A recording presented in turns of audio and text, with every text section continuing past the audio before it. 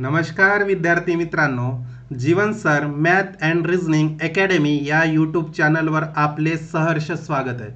मित्रांनो, आज जो आपण व्हिडिओ घेणार आहोत हा व्हिडिओ बीड तलाठी पेपर जो 8 एप्रिल 2012 रोजी झालेला पेपर आहे आणि हा पेपर आपण आत्ता विथ डिटेल स्पष्टीकरणासोबत याला सोडवणार आहोत.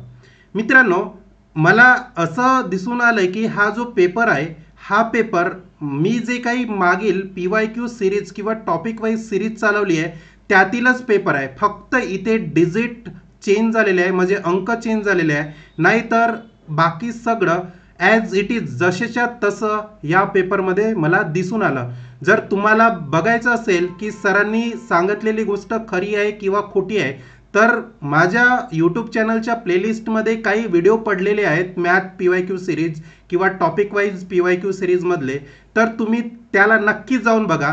तुम्हाला तिथून समजूनच येईल की सरांनी आधी जे सिरीज चालवली आहे त्यामधीलच पेपर आहे. आणि आपण जे काही पेपर डिस्कस करणार आहोत ते TCSचे असेल, IBPSचे असेल, कुठल्या पण पॅटर्नचे असेल ते आपण आपल्या व्हिडिओमध्ये घेणार आहोत.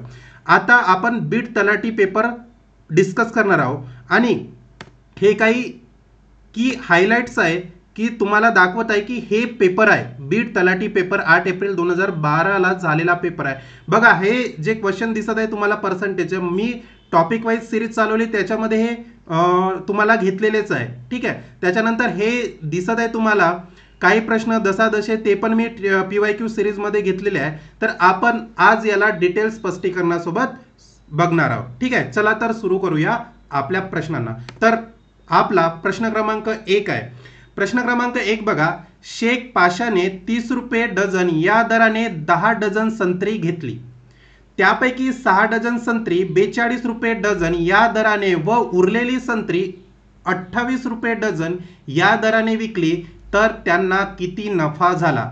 हा नफा झाला हा आपला प्रश्न आहे आणि मी टॉपिक वाईज सिरीजमध्ये नफा तोटा हा टॉपिक क्लिअर केलेला आहे. जर तुम्हाला बघायचं असेल तर माझ्या प्लेलिस्टमध्ये जाऊन बघा, तो तुम्हाला दिसेल. ठीक आहे. तर सुरुवात करूया आपल्या उत्तराला. शेख पाशाने किती 30 रुपये डझन प्रमाणे किती डझन घेतली, 10 डझन संत्री घेतली आहे. म्हणजे त्याने काय केली आहे, खरेदी केली आहे. म्हणजे बघा, एकूण संत्री किती होणार रे, 30 रुपये डझन प्रमाणे घेतली आहे आणि किती डझन घेतली आहे, 10, तर किती होणार 300 रुपये. आता ही काय झाली, 300 रुपये विकत घेतली आहे म्हणजे काय होणार, खरेदी किंमत होणार. काय होणार, खरेदी किंमत. एवढं समजलं तुम्हाला. त्याच्यानंतर बघा, त्यापैकी 6 डझन संत्री 42 रुपये डझन या दराने, बरोबर आहे. एक एक सेंटेन्स आपण क्लिअर करत नेऊ. ठीक आहे. त्याच्यानंतर बघा काय केलं, विकली आहे. कुठले कुठले, 6 डझन संत्री 42 रुपये डझन व उरलेली संत्री 28 रुपये डझन या प्रमाणे. तर बघा, 6 डझन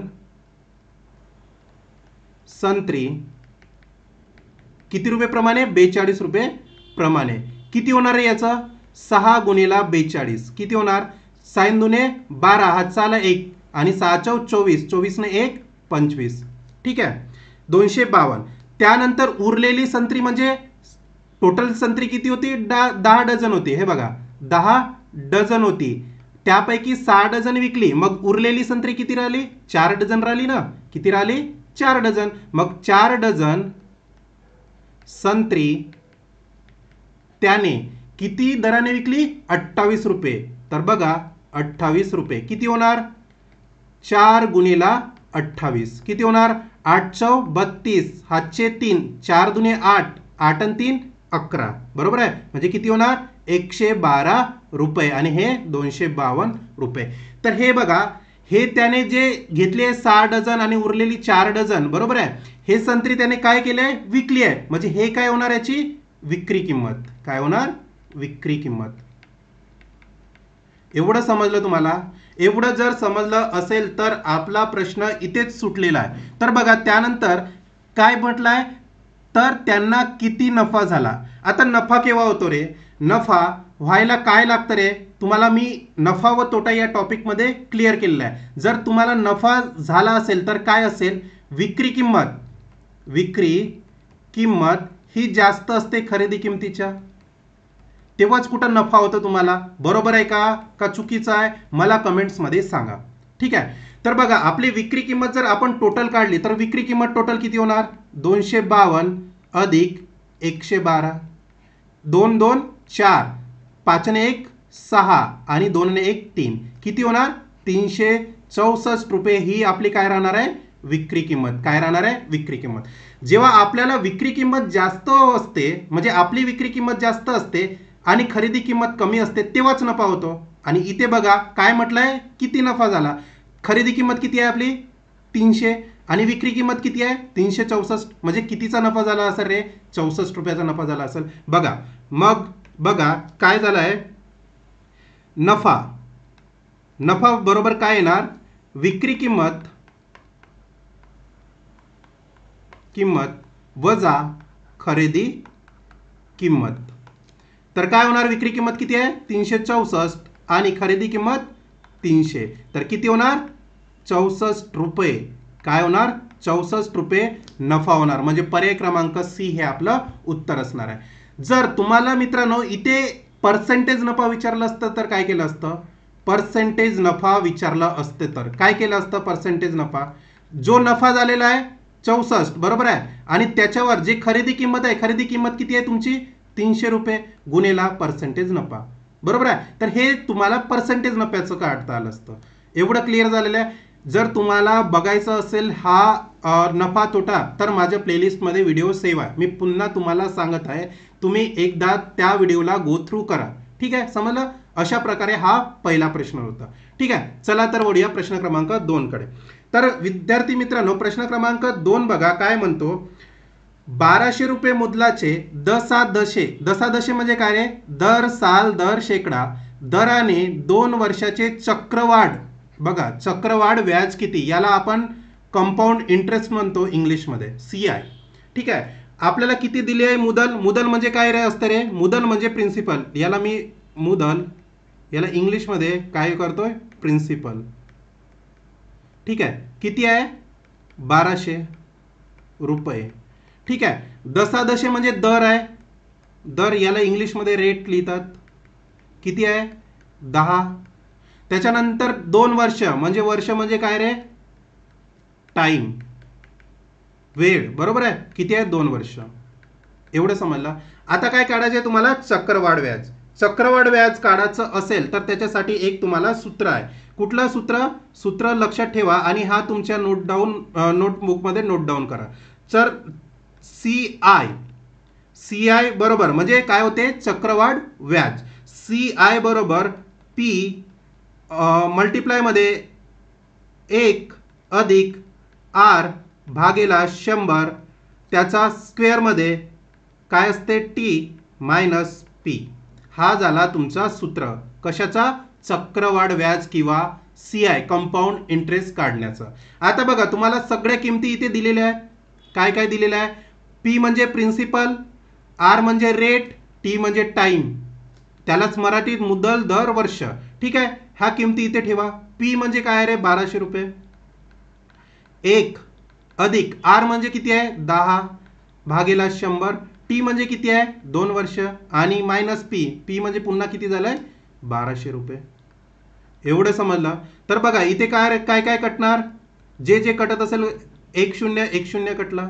ठीक आहे, पुन्हा हे काय होणार 1200 इन ब्रॅकेटमध्ये 1 अधिक 1 भागेला 10 चा स्क्वेअर मायनस 1200.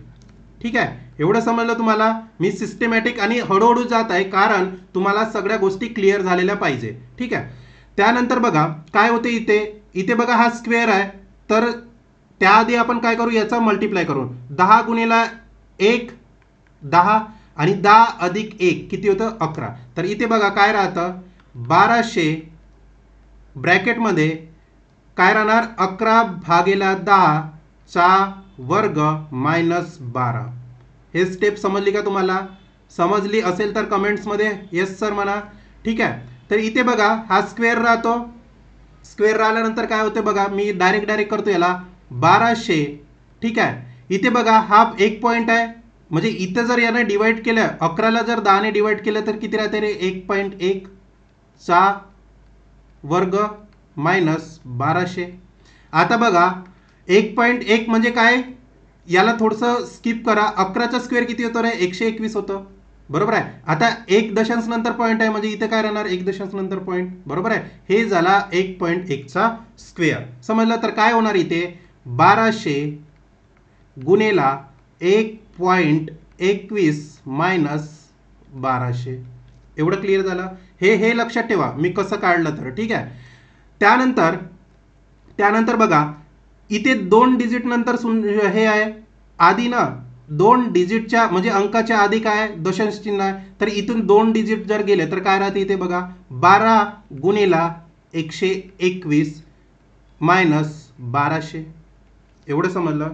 एवढं जर समजलं असेल तर बघा कमेंट्स करा की सर आम्हाला समजलेलं आहे.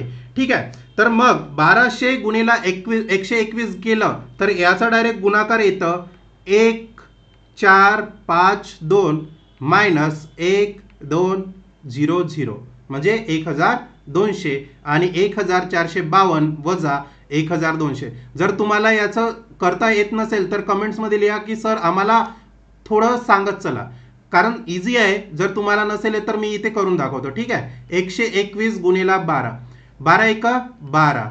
ठीक आहे, 12 दुने 24. ठीक आहे, त्याच्यानंतर बघा त्याच्यानंतर काय राहते, 12 एका 12, किती येते बघा 2, इथे किती राहिला 4 आणि 1 5 आणि 2 4 आणि 1 बघा. ठीक आहे, किती आला 1452 आला. ठीक आहे, त्याच्यानंतर बघा याचं वजाबाकी करा, किती येतं इथं 0 ठीक आहे, 0 त्याच्यानंतर बघा काय आहे, हे 2 आहे ना, सॉरी इथे किती आहे 2, मग इथे किती येणार 2 आणि हे 5 जशाच्या तसे आणि 2 म्हणजे किती येणार इथे रुपये. आणि आपल्याला काय काढायचं होतं, कंपाऊंड इंटरेस्ट, म्हणजे CI किती आला 252 रुपये. किती आला 252, म्हणजे पर्याय क्रमांक बी हे आपलं उत्तर असणार आहे. समजलं का मित्रांनो? समजलं असेल तर येस सर कमेंट्समध्ये लिहा. अशा प्रकारे मी तुम्हाला हा जो कठीण वाटणारा प्रश्न होता अगदी सोप्या भाषेत समजावून सांगितलेला आहे. चला तर वळूया प्रश्न क्रमांक 3 कडे. प्रश्न क्रमांक 3 सारखंच आहे, फक्त आपल्याला इथे शेवटचं जो विचारलेलं आहे ते काय विचारलंय, 5 वर्षाचे सरळ व्याज किती.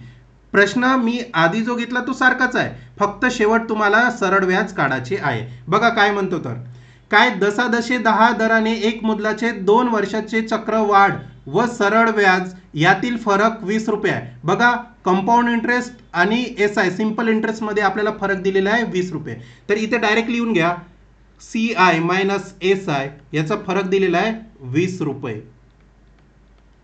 ठीक आहे, त्यानंतर दर दिलेला आहे आपल्याला, किती दर दिलेला आहे म्हणजे याला आपण रेट म्हणतोय 10. किती दिलेला आहे 10. आणि टाइम दिलेला आहे म्हणजे वर्ष दिलेलं आहे, वर्ष किती दिलेलं आहे 2. ठीक आहे, तर आपल्याला आधी काय दिलेलं आहे, चक्रवाढ व्याज व सरळ व्याज यातील फरक दिलेला आहे. तर त्याच्यासाठी बघा आपल्याकडे एक फॉर्म्युला आहे, कुठला सूत्र आहे, सूत्र कुठला आहे बघा, हा पण सूत्र तुम्ही तुमच्या नोटबुक मध्ये नोट डाऊन करा.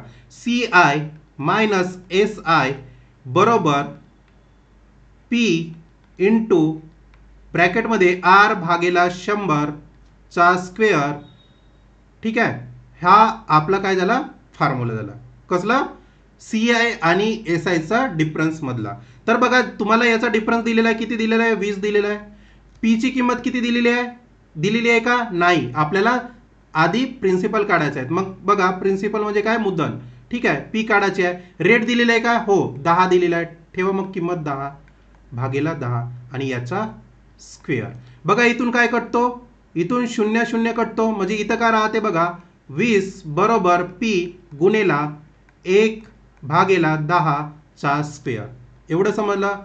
त्याच्यानंतर बघा मी हे तुम्हाला सांगितलं होतं किती होणार तर. ठीक आहे, तर बघा इथे 20 बरोबर P गुणेला हे किती होणार, याचं जर तुम्ही केलंय तर हे किती होणार बघा, याचा स्क्वेअर करा ना, 1 भागेला एकचा स्क्वेअर एकच होणार आणि 10चा स्क्वेअर होणार 100. किती होणार 100. अरे हे असं बघा, 1 भागेला 10चा स्क्वेअर करायचा आहे तर काय होणार, इथे 1चा पण स्क्वेअर होणार आणि 10चा पण स्क्वेअर होणार. 1चा स्क्वेअर 1 आणि 10चा स्क्वेअर 100. समजलं ना. आता बघा आपल्याला पी काढायचा आहे. मग पी काय होणार रे, हे जे 100 भागेला आहे इकडे गेल्यानंतर काय होणार गुणाकारामध्ये, म्हणजे पी बरोबर काय होणार 20 गुणिला 100 म्हणजे पी बरोबर किती होणार 2000 रुपये. आपले मुदल आली म्हणजे प्रिन्सिपल आला किती 2000. आता बघा काय म्हटलं त्याच्यानंतर, तर त्याच रकमेचा त्याच दराने, त्याच रकमेचा म्हणजे कुठल्या, त्याच रकमेचा म्हणजे आणि त्याच दर म्हणजे जी आलेली आहे ही रक्कम, ही काय ही रक्कम आणि दर तोच जो आपण आधी घेतला होता. मग दर किती घेतला 10. तर बघा रक्कम आपली आहे 2000, दर आपला आहे 10 आणि पुन्हा काय म्हटलंय 5 वर्षाचे. फक्त इथं टी बदलला आहे. किती झालंय 5 वर्ष. काय झालेलं आहे 5 वर्ष.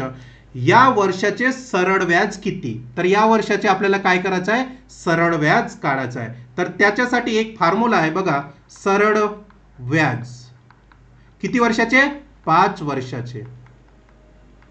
ठीक आहे 5 वर्षाचे तुम्हाला काय काढायचं आहे सरळ व्याज. तर याच्यासाठी फॉर्म्युला आहे SI बरोबर P into R into T भागेला 100 भागेला 100. आता बघा रक्कम आपल्याला प्रश्नामध्ये काय म्हटलंय, त्याच रकमेचे म्हणजे 2000 रकमेचे, त्याच दराचे म्हणजे 10 दराचे आणि फक्त वर्ष बदललेला आहे. तर ह्या सगळ्या किमती या सूत्रामध्ये ठेवा. म्हणजे सिंपल इंटरेस्ट बरोबर पी म्हणजे किती 2000 गुणेला आर म्हणजे 10 टी म्हणजे 5 आणि भागेला 100. तर 2 शून्याशी 2 शून्य कटलंय, 20 गुणेला 10 गुणेला 5, 20 पंचे 100 आणि हा एक शून्य म्हणजे काय होतं 1000 रुपये. म्हणजे तुमचा सरळ व्याज म्हणजे सिंपल इंटरेस्ट किती येणार 1000 रुपये. पर्याय क्रमांक सी हे याचं उत्तर असणार आहे. समजलं मित्रांनो. अशा प्रकारे हा सोपा प्रश्न होता. ठीक आहे चला, आणि हे आपण PYQ सिरीज मध्ये डिस्कस केलेले प्रश्न आहेत. ठीक आहे चला वळूया प्रश्न क्रमांक 4 कडे. प्रश्न क्रमांक 4 बघा विद्यार्थी मित्रांनो काय म्हटलेलं आहे. 4 जो आहे हा प्रश्न आपण पर्सेंटेज या टॉपिक मध्ये डिस्कस केलेला आहे. बघा कसं करतोय, 1520 चे म्हणजे काय रे गुणाकार आणि 12.5 याचं तुम्ही केलं तर किती होते 125 भागेला 100 पर्सेंटेज ना. ठीक आहे याचे तुम्हाला डायरेक्ट मी पर्सेंटेज सांगितले आहे. बघा तुम्हाला जर आठवत असेल तर 1/8 हे सगळं तुम्हाला मी पर्सेंटेज शेकडेवारी या टॉपिकमध्ये शिकवलेलं आहे. ज्यांना टॉपिक बघायचं असेल ते माझ्या प्लेलिस्टला व्हिजिट करा, तुम्हाला तिथे शेकडेवारी हा टॉपिक दिसून येईल. ठीक आहे तर 12.5 म्हणजे किती रे 1/8. आता इथून काय करायचं आपल्याला, किती विचारलाय प्रश्न तर हे आपल्याला सॉल्व्ह करायचं आहे. किती होणार बघा इथे डायरेक्ट करा 1520 भागेला 8. इथे बघा काय होतो 8 1 8 बरोबर आहे. तर 8तून 8 1 8 15 गेले राहिले किती 7 राहिले. ठीक आहे त्याच्यानंतर बघा इथे 72 8 9 72 आणि 0 किती राहतं 109. म्हणजे पर्याय क्रमांक ए आपलं उत्तर असणार आहे.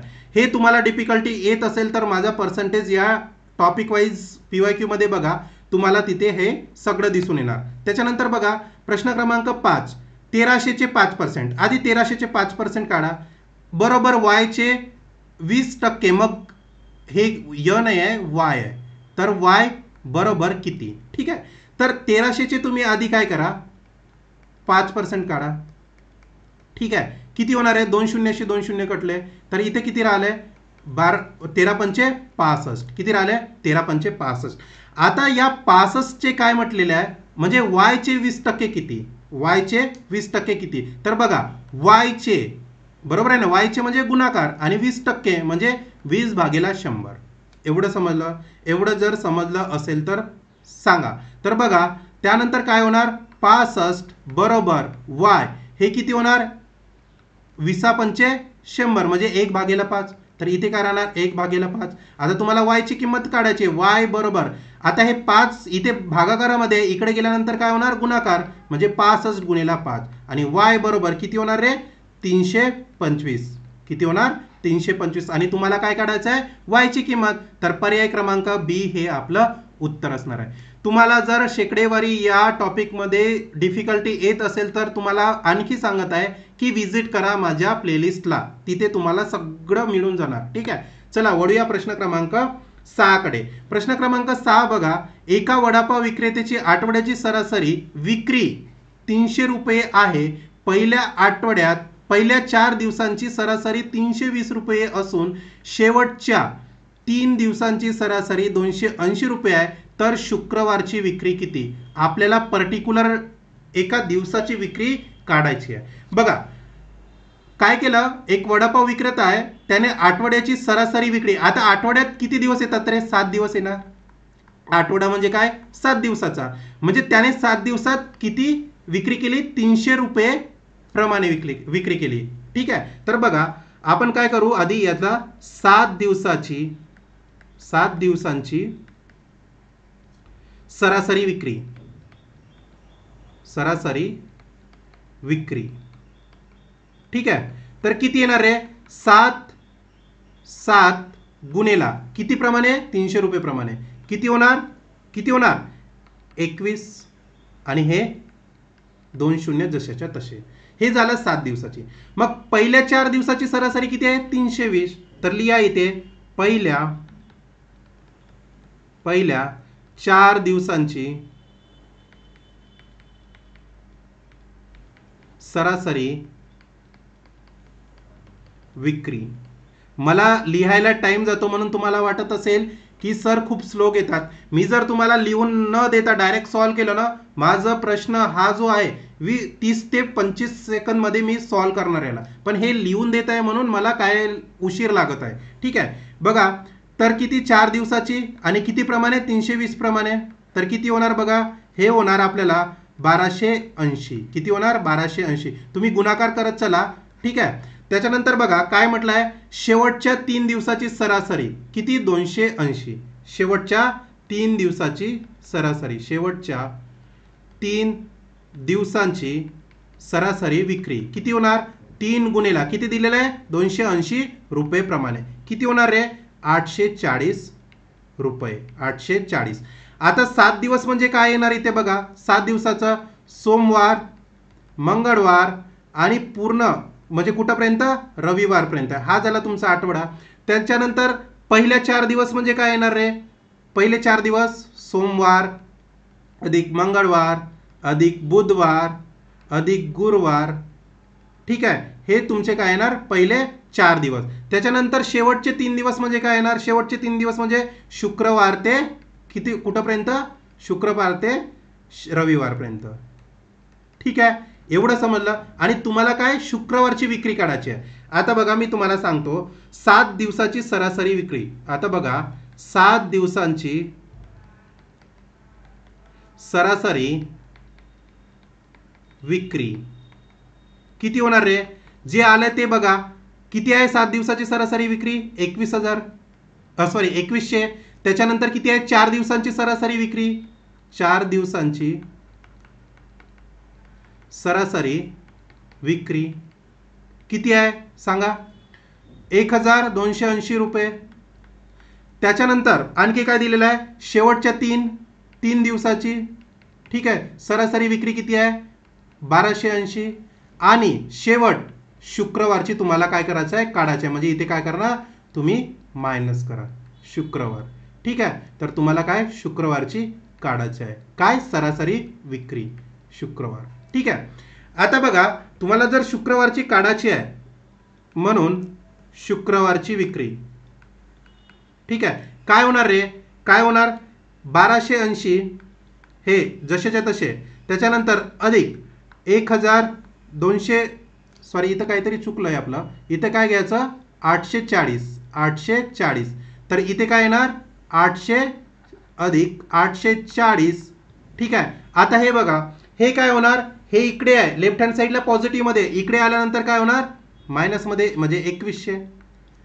आता हे सगळं जर केलं, हे इथे काहीच नाही रॉंग झालेलं होतं, याची आधी बेरीज करा आणि बेरीजमधून वजाबाकी करा. तर शेवटी तुम्हाला जे राहणार ते राहणार 220 रुपये. आणि तुम्हाला काय काढायचं आहे शुक्रवारची, तर शुक्रवार किती होणार 220 रुपये. म्हणजे पर्याय क्रमांक ए हे आपलं उत्तर असणार आहे. अशा प्रकारचं काय होतं हे साधं सोपं सरळ उत्तर होतं. ठीक आहे, चला तर वळूया प्रश्न क्रमांक 7 कडे.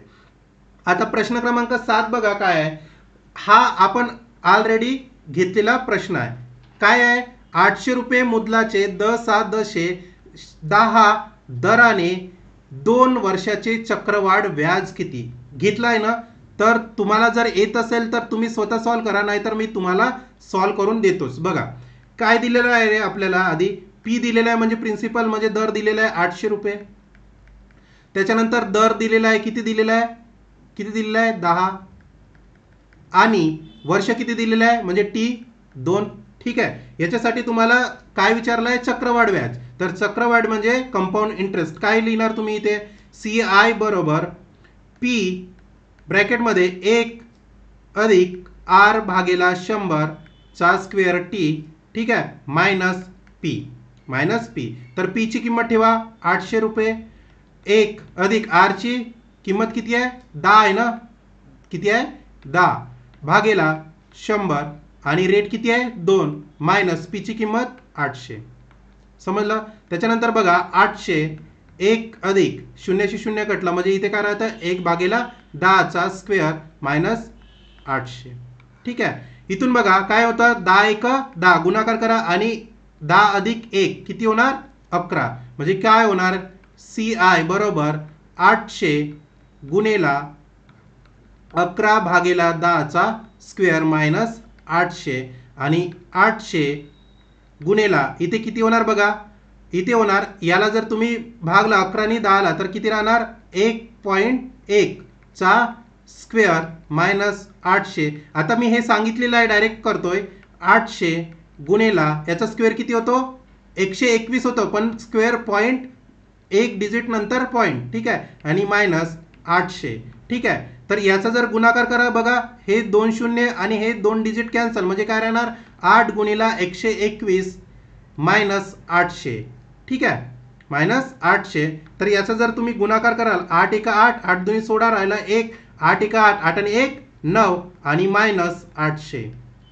ठीक आहे, तर बघा याचं जर केलं तुम्ही तर किती येणार 8 6 आणि 1 रुपये. आणि तुम्हाला काय विचारलं आहे चक्रवाढ व्याज म्हणजे किती येणार पर्याय क्रमांक ए आपलं उत्तर असणार आहे. समजलं मित्रांनो. अशा प्रकारे काय होतं सोपं गणित होतं. ठीक आहे, चला वळूया प्रश्न क्रमांक 8 कडे.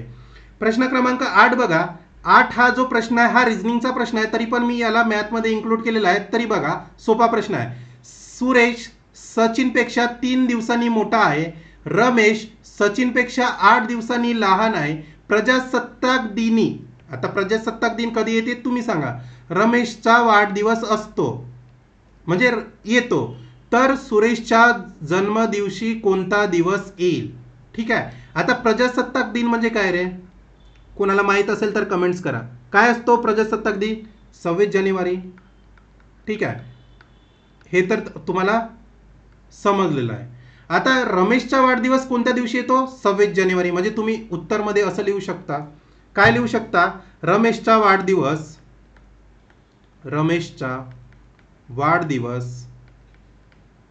प्रजासत्ताक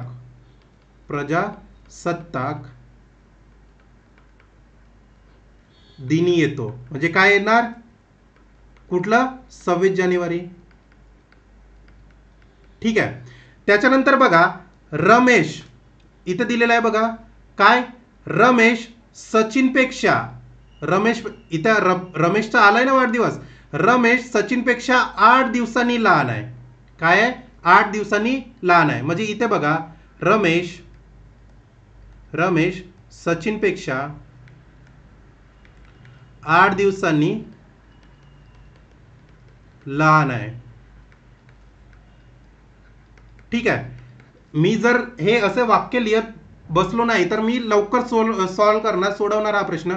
पण हा वाक्य लिहिल्यामुळे मला या प्रश्नामध्ये उशीर होतोय. ठीक आहे, तर बघा काय होणार रमेश सचिनपेक्षा 8 दिवसांनी लहान आहे. मग 8 दिवसांनी लहान आहे म्हणजे काय होणार रे ह्या रमेशच्या वाढदिवसाच्या दिवशी आपल्याला काय करणार लागणार आहे 8 दिवस काय करा वजा करा. मग कोणाचे सचिनचे वय मिळेल. तर किती मिळेल सचिनचे वय? किती मिळेल? 26 मधून 8 जर वजा केलं तर 18 जानेवारी. एवढं समजलं? म्हणजे हे कोणाचं झालं? कोणाचं झालं? सचिनचं काय झालंय? काय झालंय? सचिनचा वाढदिवस येतोय. त्यानंतर बघा, सुरेश सचिनपेक्षा 3 दिवसांनी मोठा आहे. कोण? सुरेश. मग त्याच्यानंतर बघा, सुरेश सचिनपेक्षा 3 दिवसांनी मोठा आहे. ठीक आहे, मोठा आहे तर काय? आधी कोणाचा? सचिनचा वय निघाला काय? बघा काय निघाला? 18 जानेवारी. मोठा आहे, बरोबर आहे ना? कोण मोठा आहे? सुरेश. मग याचं काय होणार? मोठा आहे तर किती होणार? याचं 18 जानेवारी आलं होतं, तर 18 जानेवारीमधून 3 दिवस काय करा? वजा करा. मध्ये किती राहते? 15 जानेवारी. काय राहते? 15 जानेवारी. आणि आपल्याला काय विचारलंय? सुरेशचा जन्मदिवस. आणि हा कोणाचा जन्मदिवस आलाय? सुरेशचा. कोणाचा? सुरेशचा. तर पर्याय क्रमांक काय असणार आहे? बी हे आपलं उत्तर असणार आहे. म्हणजे 15 जानेवारी सुरेशचा जन्मदिवस येणार. सोपा प्रश्न होता, लॉजिकल प्रश्न होता. ठीक आहे, चला वळूया प्रश्न क्रमांक 9 कडे. प्रश्न क्रमांक 9 बघा, 5,000 रुपयांच्या वस्तूच्या विक्रीचे 6.25 ने कमिशन किती असेल? इथे आपल्याला कमिशन विचारलंय. काय विचारलंय? कमिशन. तर कमिशन बरोबर काय होणार? बरोबर तुमची जी विक्री किंमत आहे, काय? विक्री किंमत, म्हणजे याला आपण शॉर्टकट मध्ये लिहू विकी. आणि काय तुम्हाला काय काढायचं आहे? कमिशन काढायचं आहे. कमिशनची टक्केवारी काय होणार? इथे लिहा कमिशन टक्केवारी. टक्केवारी म्हणजे भागेला 100. हे झालं. एवढं समजलं तुम्हाला? कमिशन काढायचे आहे तर तुम्हाला वस्तूची विक्री किंमत दिलेली आहे किती? 5,000. कमिशन टक्के किती दिलेलं आहे? 6.25 आणि भागेला 100. किती दिलं आहे? 6 भागेला 100. तर बघा, 2 शून्याशी 2 शून्य कटले, इथे किती राहणार? 50 गुणेला 6.25. आणि याचा जर तुम्ही गुणाकार करा तर किती येतात? 312.50 रुपये. किती येणार? 312.50 रुपये. म्हणजे पर्याय क्रमांक ए हे आपलं उत्तर असणार आहे. समजलं मित्रांनो? अशा प्रकारे सोपा प्रश्न होता आणि सोपं याचं एक्सप्लेनेशन होतं. तर त्यानंतर बघा, प्रश्न क्रमांक 10, टक्केवारी काढायचं आहे. आणि हे टक्केवारी तुम्हाला मी पर्सेंटेज या टॉपिकमध्ये शिकवलं आहे. तर काय म्हणतंय? डब्ल्यूचे म्हणजे कोणाचे? डब्ल्यूचे म्हणजे गुणाकार 18% बरोबर 450. तर डब्ल्यूची किंमत किती? म्हणजे डब्ल्यूची आपल्याला किंमत काढायची आहे. तर बघा काय होणार? हे काय होणार? डायरेक्ट याचं उदाहरण म्हणजे याला सिम्प्लिफिकेशन करा. डब्ल्यू गुणेला 18 बरोबर हे जे 100 भागेला आहे, इकडे गेल्यानंतर काय होणार? गुणाकार मध्ये 450 गुणेला 100. ठीक आहे, त्याच्यानंतर डब्ल्यू बरोबर 450 गुणेला 100. आता इथे काय गुणाकार आहे, इकडे आल्यानंतर काय होणार? भागाकार. एवढं समजलं? तर त्याच्यानंतर तुम्ही करा याला कसं होणार? इथे बघा 3चा भाग जातो, 6 18 आणि 15 45. समजलं? मग इथे काय राहते बघा, 150 गुणेला 100 भागेला 6. ठीक आहे, पुन्हा याचा भाग जातो, 3 दुने 6 3 5 15. मग काय राहतो आणखी? 50 गुणेला 100 भागेला 2. ठीक आहे, आणखी बघा बे याचा 2चा भाग जातो 50ला 25 वेळा. आणि शेवट काय राहतो? 25 गुणेला 100 बरोबर 2500. डब्ल्यूची किंमत किती येणार? 2500. म्हणजे पर्याय क्रमांक ए हे आपलं उत्तर असणार आहे. चला वळूया प्रश्न क्रमांक 11 कडे. प्रश्न क्रमांक 11 बघा, काय करायचं आहे? टक्केवारीमध्ये हा प्रश्न आहे. काय आहे? 800 म्हणजे 8250 चे म्हणजे गुणाकार 4% किती? ठीक आहे, 4% म्हणजे काय होणार? 4% म्हणजे काय होणार आहे? 1 भागेला 25. मग काय होणार इथे बघा, 8250 गुणेला 1 भागेला 25. मग इथे डायरेक्ट भाग द्या, 8250 भागेला 25. 25 दुने 50, 25 तिरी 75, 25 तिरी 75. आणखी 82 मधून जर 75 गेले किती राहतं रे? किती उरतं? 7 उरतं. आणि 25 तिरी 75 आणि शून्य जशाच्या तसा, म्हणजे 330 हे काय होणार 8,250 चे 4% होणार. म्हणजे पर्याय क्रमांक किती सी हे आपलं उत्तर असणार आहे. अशा प्रकारे हे बीड तलाठी पेपरमध्ये विचारलेले प्रश्न होते. आणि तुम्हाला जर बघायचं असेल तर मी सुरुवातीलाच तुम्हाला याचं हायलाइट्स दाखवलेले हे बघा. हे सगळे प्रश्न मी सॉल्व्ह करून दिलेले आहे मित्रांनो. जेवढे प्रश्न आलेले आहे 11च्या 11ही प्रश्न मी सॉल्व्ह करून दिलेले आहे. इथे बघा मी मेन्शन पण केलेलं आहे तलाठी पेपर. आणि आपण जे घेत आहोत ते TCS IBPS पॅटर्न नुसार आपण प्रश्न घेत आहोत. त्यामुळे हा व्हिडिओ स्किप न करता याला तुम्ही कंटिन्यू बघा. जर मित्रांनो तुम्हाला हा जर व्हिडिओ आवडला असेल तर माझ्या यूट्यूब चॅनलला सबस्क्राईब करा, व्हिडिओला लाईक करा, शेअर करा. आणि या लेक्चरच्या फ्री PDF पाहिजे असेल तर माझ्या टेलिग्राम आणि व्हॉट्सअप चॅनलला भेट द्या. माझा टेलिग्राम चॅनल आहे जीवन पातुरकर, व्हॉट्सअप चॅनल आहे Jeevan sir math and reasoning academy. हा माझा पर्सनल कॉन्टॅक्ट आहे. आणि मला इन्स्टावर फॉलो करायचं असेल तर जीवन.पातुरकर हा माझा इन्स्टा पेज आहे. चला तर भेटूया नंतरच्या क्वेश्चन सिरीजमध्ये. धन्यवाद.